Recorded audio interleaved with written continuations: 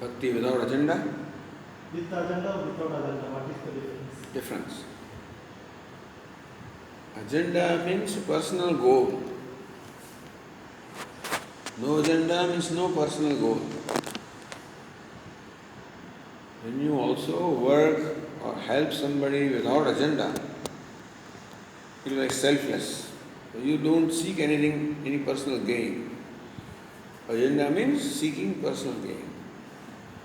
So when you worship Bhagavan, Ishvara, with agenda, which most people do. That God give me this and give me that, etc. So that's called agenda. And if we choose and we are more understanding, then we know that there is no need to ask anything from Ishvara. Then we'll just worship Him.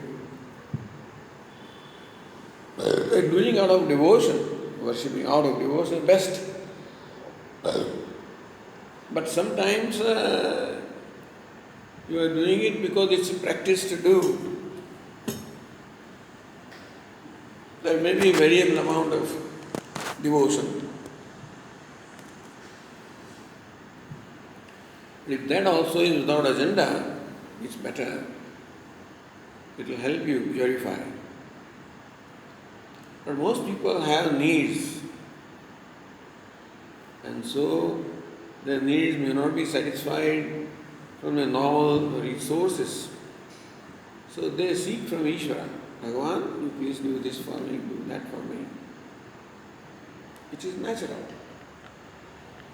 So when we worship the Lord with this kind of a desire, that's called agenda. Most of the things that we do, whether it is bhakti or otherwise, it involves agenda, because human being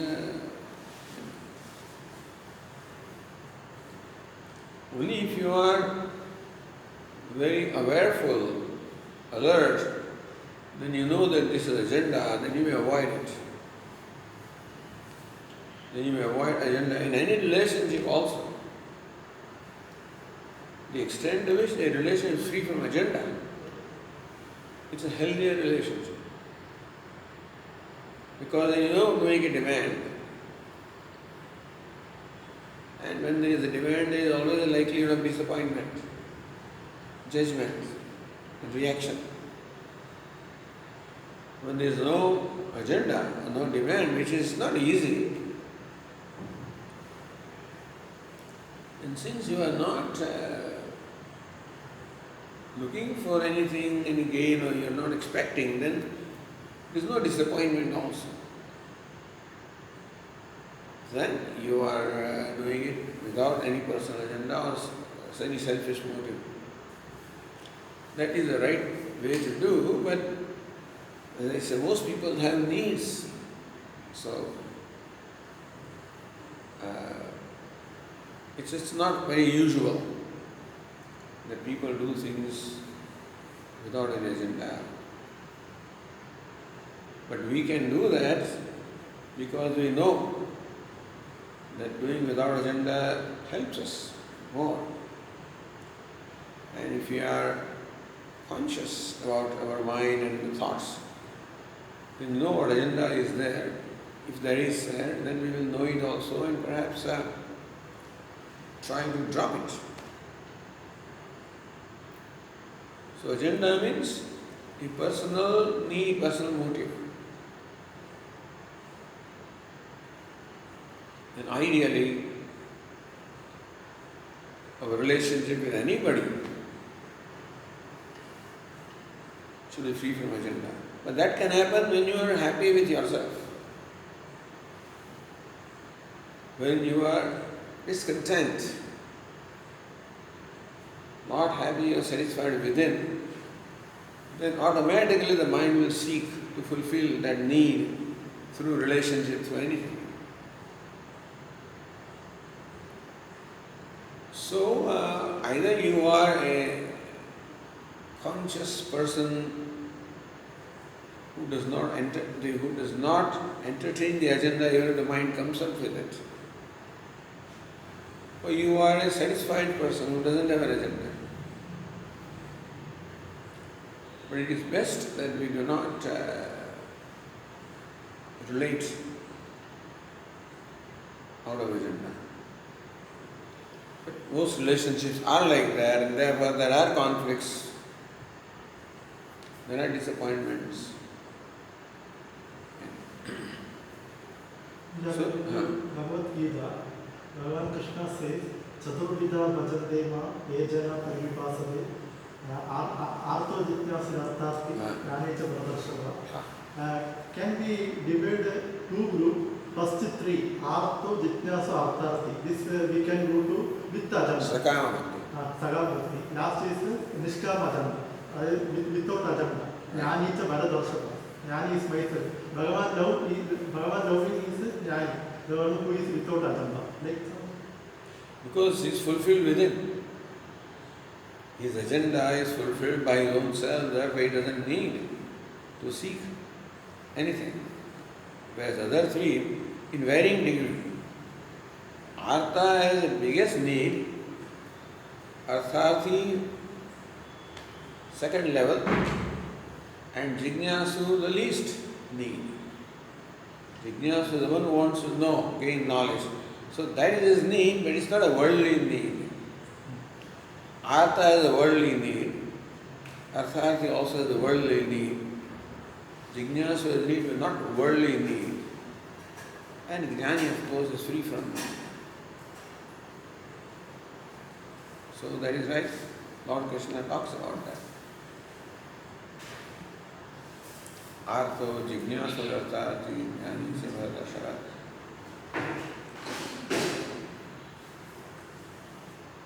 What is the opposite? What is the alternative of relating without an agenda? We can relate with an agenda. How does one relate without an agenda? How does one relate without an agenda? Oh, then your approach is to be helpful. As our Puja Swami used to say, when somebody comes before me, the first thought that comes in my mind is, how can I be useful to this person? Puja Swami say, when somebody comes before me, the first thought is, how can I be useful to that person? So that is without personal agenda. But only a satisfied person can think like that, who doesn't have his own need. A satisfied person has already fulfilled the needs that he wants to fulfill? Yeah. Or you have value. Or you have value for relating without agenda. It can be value also. So you do not entertain the agenda of the mind.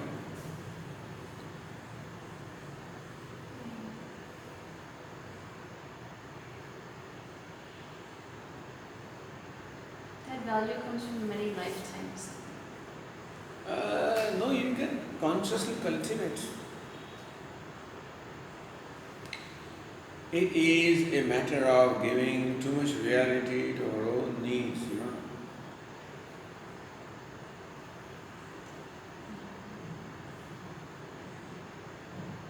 So it would be a matter of constantly educating the mind then?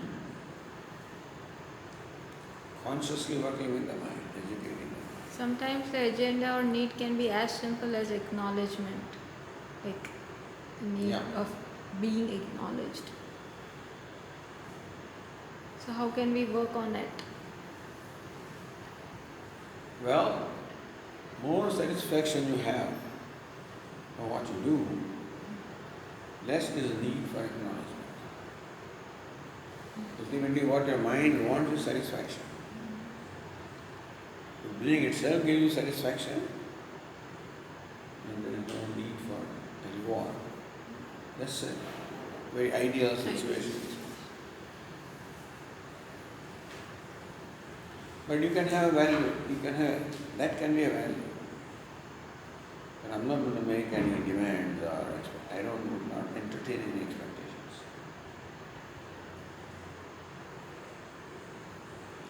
Because a person who expects becomes dependent at the mercy of the person, other one to fulfill expectation. If you love freedom, then expectation opposed to freedom.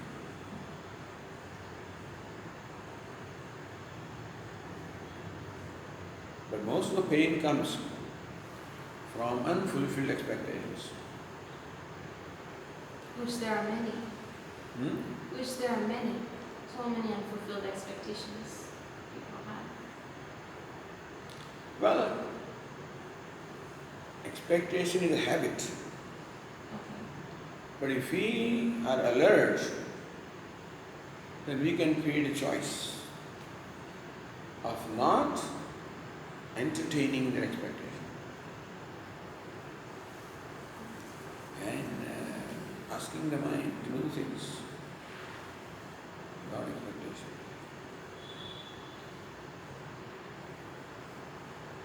There's like physical expectations, like I'm hungry, I want to eat, I expect my mother to have the food ready when I come home. And then there's more subtle expectations, like, she seemed to be preoccupied when I was talking to her. But expectations, there's so many layers, and when Swamiji says to be alert, that's I really have to step back and see why am I still upset? There's something I'm expecting. Yes. It's all result of unfulfilled expectations. And we should be kind to them. When we expectation, then we are demanding. When you demand, then you don't give them the freedom. Give them the freedom, then you drop your demand and be satisfied with what is, what comes on its own.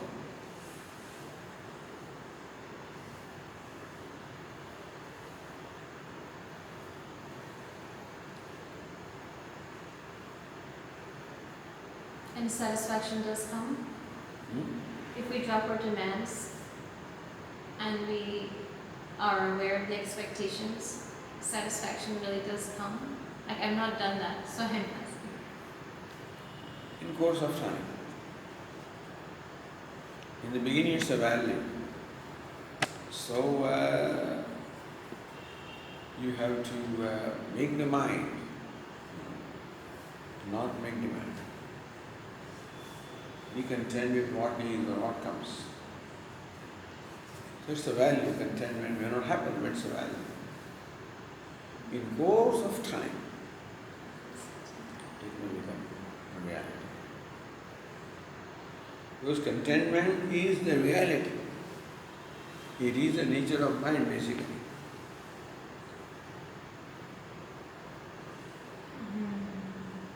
So expectations are covering the contentment. And this morning, afternoon, Swamiji said, where there's karma, there's ahankar. Ahankar, When there's karma, there's ahankar. sense of doership.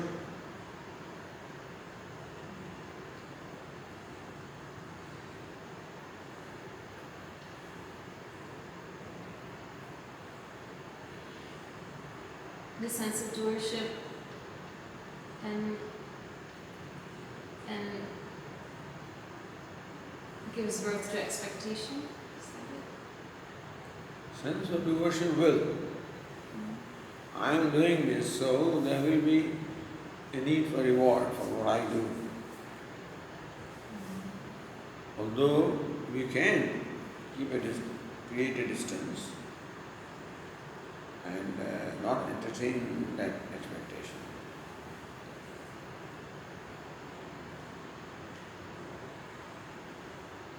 But essentially, all pain comes from unfulfilled expectations. We deliver ourselves in the hands of those from whom we have expectation.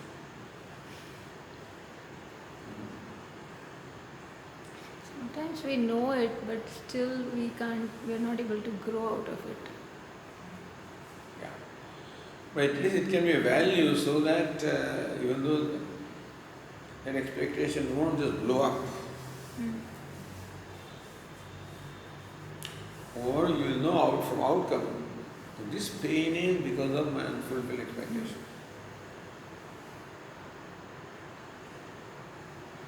So much of life, I see the pattern of my thoughts and actions, these expectations, that it's copying what it's seen before. I've seen this before and I'm trying to recreate it. The expectation comes from I have something in mind and I'm trying to make that happen. And whatever's in my mind is something I've seen before or a mix of things I've seen before. I feel that I'm constantly copying. Instead of that, how does one be creative? I'm copying what I've seen. I copy what I've seen in my mother, what I've seen in my father. Good things, yes, but other things I realize it later, oh, I have just created the same situation. You copy because you have admiration for them. Right. So you want to be like them. Good things are fine, but I find myself also copying the things that didn't seem to work.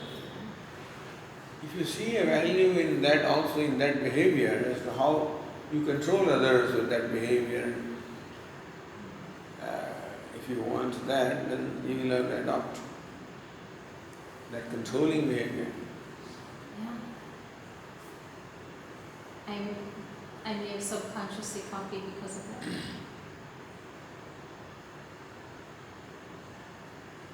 Or my senior doctors in the hospital or something.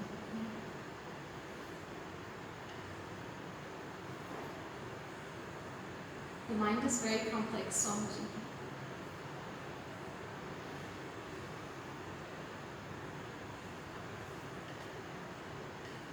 Well,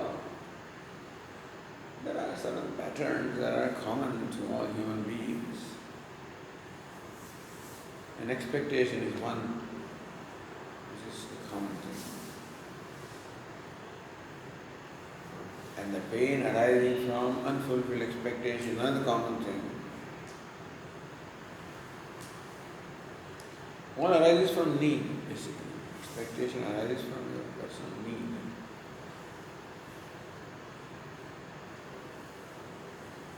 You don't expect anything from strangers, people not related, etc. Sanjeev, if we destroy the root cause, we can destroy what the effect was. Kriya coming from the root, like that. Karma because of expectation, expectation because of the ragadvesha, ragadvesha because of the ahangara, ahangara because of the ajnana. Is that wrong? Ajnana. Yeah. When we destroy ajnana, everything will go, right? So, Yeah, but you have to start destroying this way. Ajnana you cannot destroy unless other things are also destroyed. It is Ravana's army. So Ajnana with Ravana comes with all this. So you have to deal with them. You can't hope to just eliminate ignorance without dealing with these things. in Brahma Sutra, one place saying, two types of ajnana is there. One is Moola Ajnana, another is Tula Ajnana. When one ajnani through Guru take place in receiving jnana, that jnana will destroy Tula Ajnana. When that Tula Ajnana, all other is depending on the Tula Ajnana. So I am talking about the Tula Ajnana. So therefore, if one person getting moksha, everybody is not getting moksha. This topic is one place of Brahma Sutra. Moola Ajnana, everybody have Tula Ajnana. One person getting moksha, the Tula Ajnana will destroy Agami and Agami Sanjita will destroy with the Tula Ajnana. Keval Prarabdha is remaining. So that Tula Ajnana, if we destroy, through help of the Shastra can be destroyed everything because Ahankara depending on Tulakjnana. Because of Ahankara, Ragadvesha. Because of the Ragadvesha, so many expectations. That expectation lead to Kriya. So, you can think You have about to start from Raga Dvesha. Ragadvesha.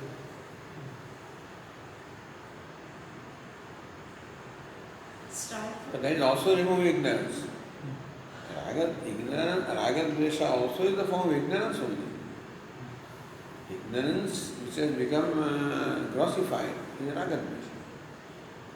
So when you work with Raga Dvesha, you are working with ignorance. Different levels of ignorance.